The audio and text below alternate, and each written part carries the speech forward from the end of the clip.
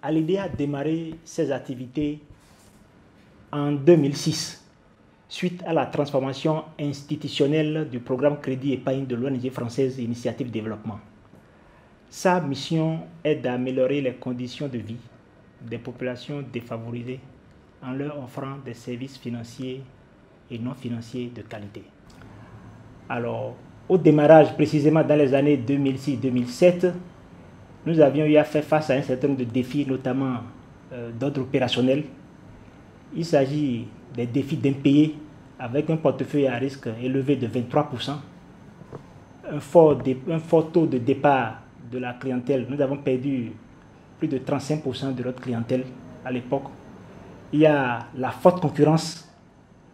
Et le Bénin comptait à l'époque plus de 60 institutions de microfinance, sans compter les institutions non autorisées. Et puis enfin, le fort surendettement des clients. Face à l'ensemble de ces défis opérationnels, et pour rester collé à notre mission, nous avons agi sur trois leviers principaux. Il s'agit du personnel, de la clientèle et puis la transparence.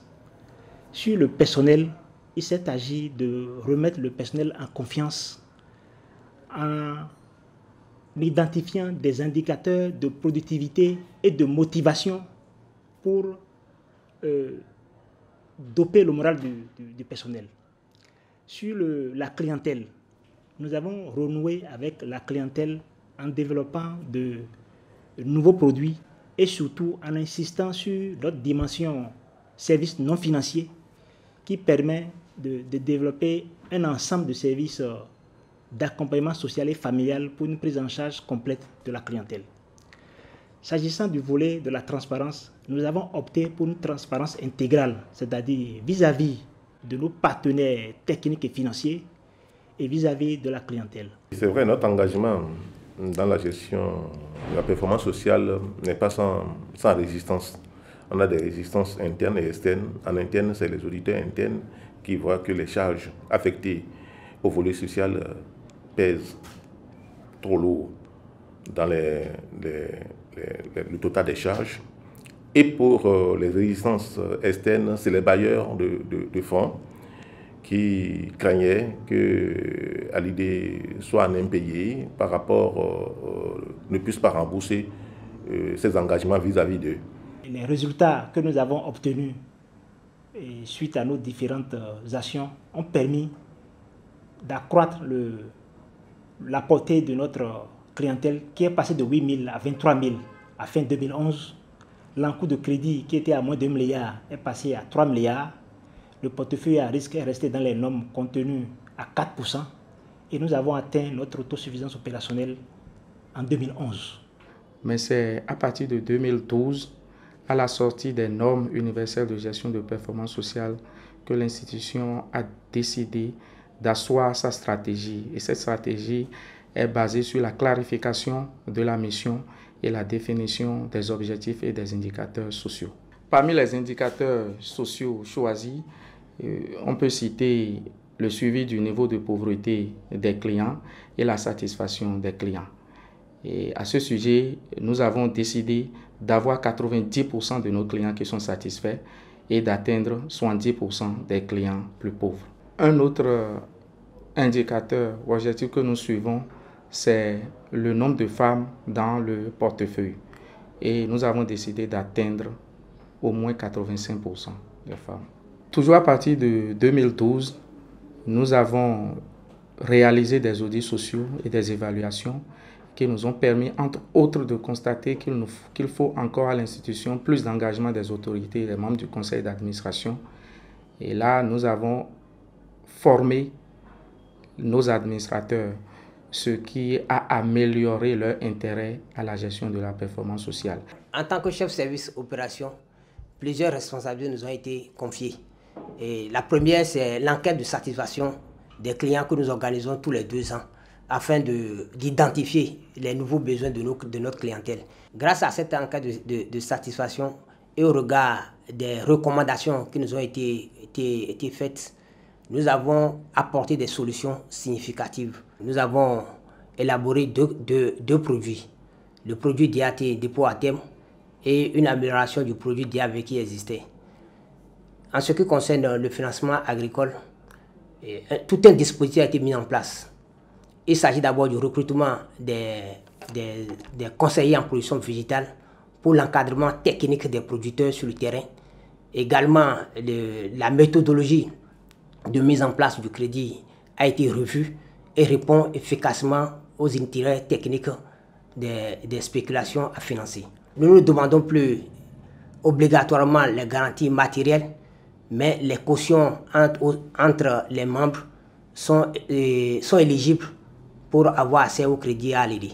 Toujours dans cette même rubrique, le taux d'intérêt de l'ALD a été revu à la baisse. Nous sommes passés de 24% à 18% l'an pour tous nos clients. Et en 2017, nous sommes passés du taux constant au taux dégressif, toujours pour améliorer la satisfaction de notre clientèle. Pour rendre davantage accessibles nos produits, nous avons créé 4 agences et 3 dans le milieu rural. Ces 2 dernières années, l'ALD a fait face à quelques difficultés d'impayés dues à la situation de certains de nos clients qui sont dans le secteur agricole. Ils ont commercé avec le Nigeria et la crise du Nigeria a agi sur leur production. Donc, nous avons essayé de les comprendre dans leur situation pour ne pas opérer un recouvrement forcé, mais plutôt un recouvrement amiable. Avec cette approche de compréhension de recouvrement à l'amiable, nous sommes en train de rentrer progressivement dans nos fonds, étant entendu que c'est des clients avec lesquels nous voulons rester aussi longtemps que possible. Et récemment, nous avons élaboré un projet d'amélioration pour les principes de protection des clients. Comme action au niveau de ce projet, on peut citer la révision du code d'éthique et de déontologie, la formation des membres du conseil d'administration, l'actualisation du mécanisme de gestion des plaintes et la formation sur les principes de protection des clients pour tout le personnel de l'ALD. Nous pouvons noter par ailleurs que l'ALD a recruté des travailleurs sociaux. C'est des spécialistes de l'action sociale qui se chargent de l'accompagnement des familles et qui sont déployés dans chaque agence de l'institution. Ces personnes s'occupent aussi des crédits appelés crédits coup de pouce, qui sont des crédits à vocation socio-éducative offerts aux clients plus pauvres, qui sont appelés à passer de petits montants de crédit pour aller à des montants plus importants.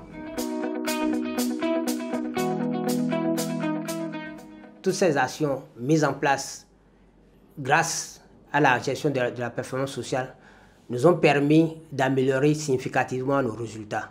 En ce qui concerne le nombre de clientèle, nous sommes passés de 30 000 clients à 75 000 clients aujourd'hui.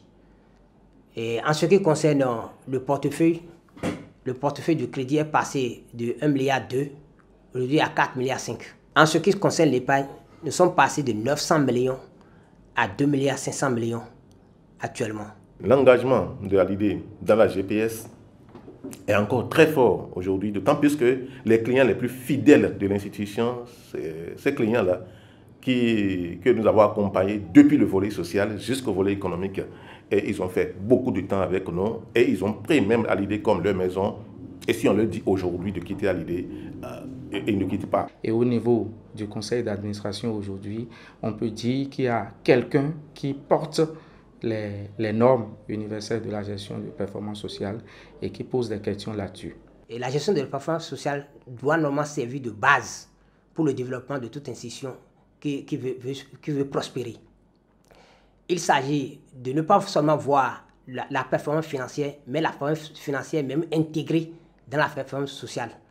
l'ALD est toujours dans la GPS et va toujours y rester.